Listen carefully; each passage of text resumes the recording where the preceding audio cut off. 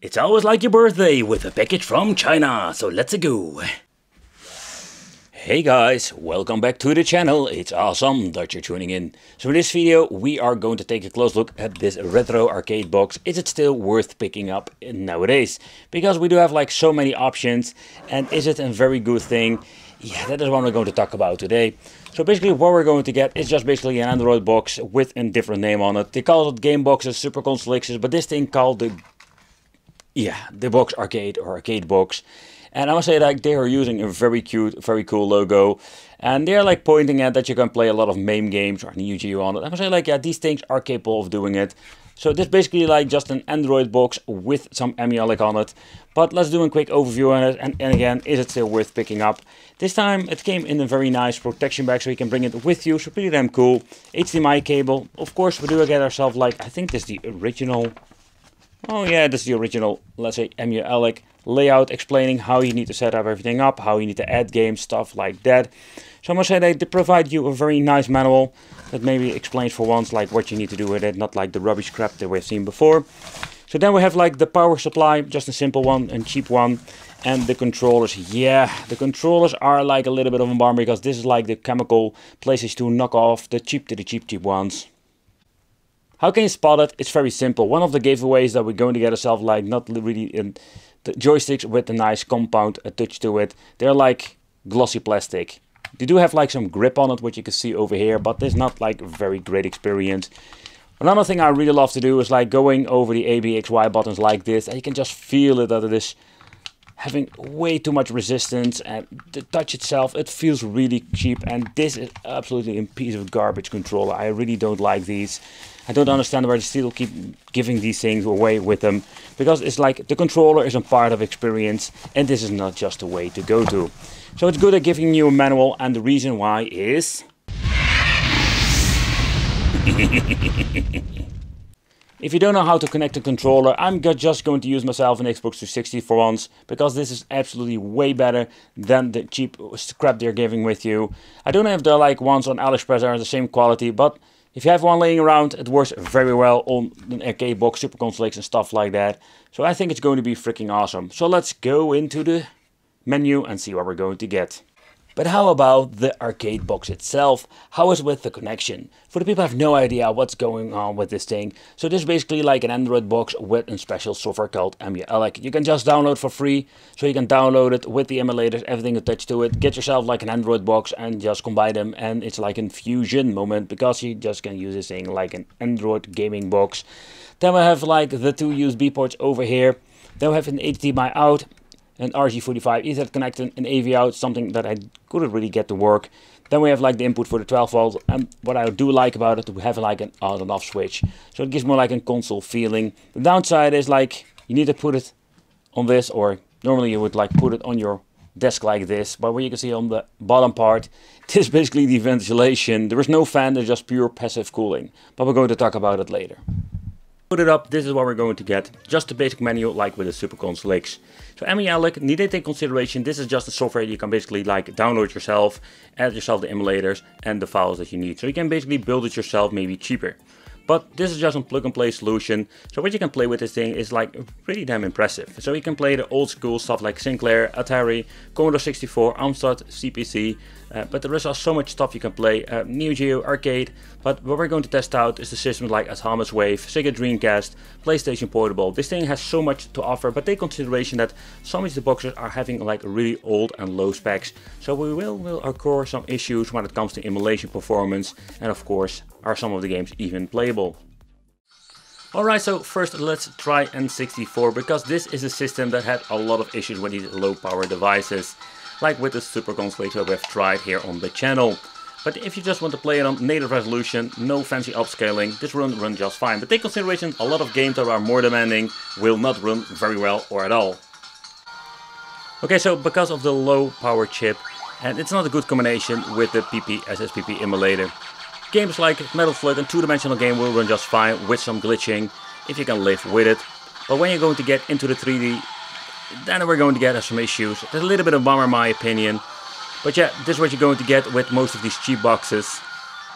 Like I'm always saying, for the money, you can't complain. Okay, so next up, let's try some PlayStation 1. And I can say like most of these chip boxes will run it pretty damn good.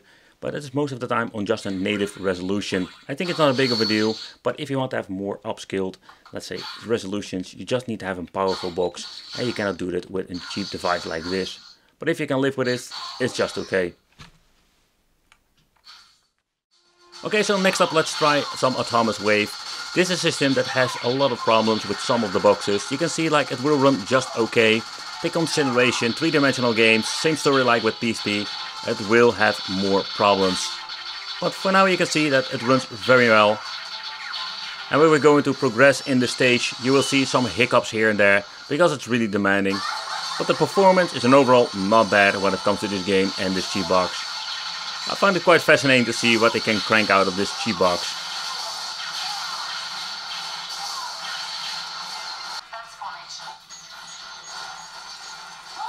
Okay, so when it comes to Sega Dreamcast, this is not running on the Redream emulator, and the reason I'm saying Redream, because Redream is personally like one of my favorite emulators, because the compatibility with a lot of games is just superb. But it is not possible with this 3.9 MULEC. Still, the performance and overall is not bad at all. You can see this game runs very well, and a lot of other games will too. But of course, we always have like hiccups, glitches, stuff like that. But when you like just going to deep dive into the game library, or you're going to add yourself games to it. But if you're thinking just to have a device that can play just all the old school 8-bit 16-bit games, a cheap box like this is just more than enough. You don't need a really expensive one that costs like a couple of $100, or you're going to get yourself, let's say, an Nvidia Shield that costs around $250. You don't need it at all. You can just use a cheap box like this. A lot of these games run just fine. It is more like if you want to play more the later systems, then we're going to need a beefy specs and a very powerful box that costs a lot of money.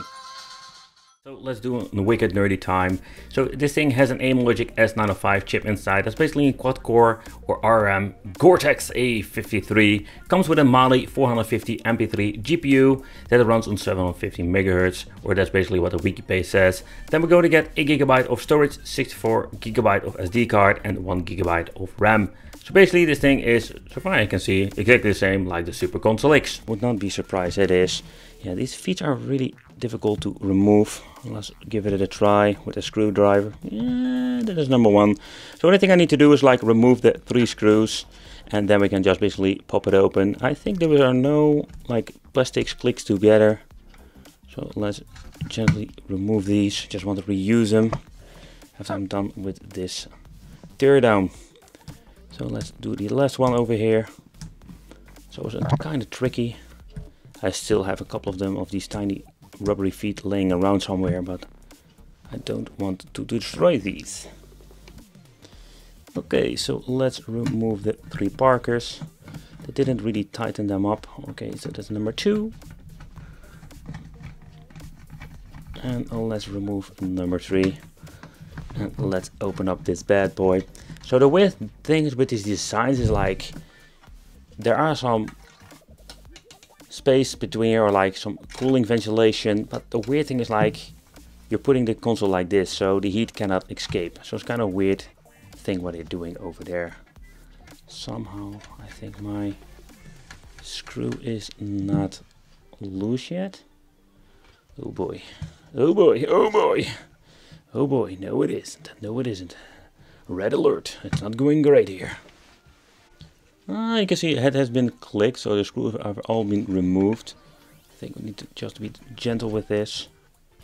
Just click it open.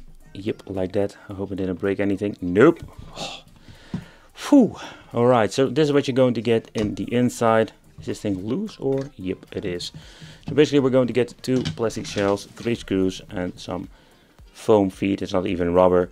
So these are the main boards they are using. This is like old tech.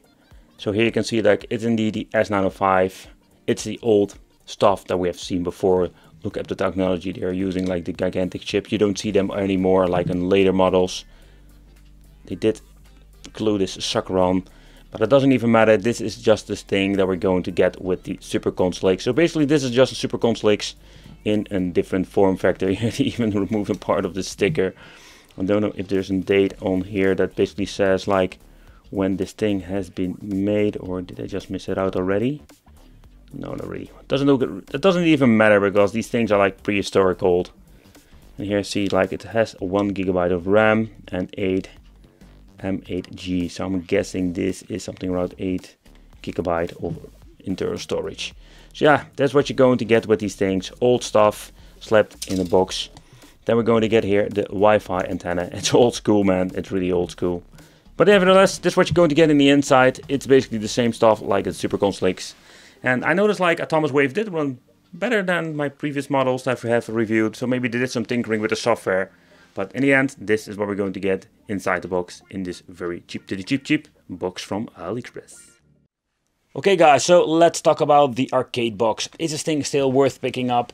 Yeah, there are some cool things you can do with it, especially when it comes to the 8-bit, 16-bit stuff. MAME, take consideration, like a Killer Instinct will not run on this, and we do have like some limitation there. And when we're going to get further up to the PlayStation 1, you can see like we do have some problems. Think about N64.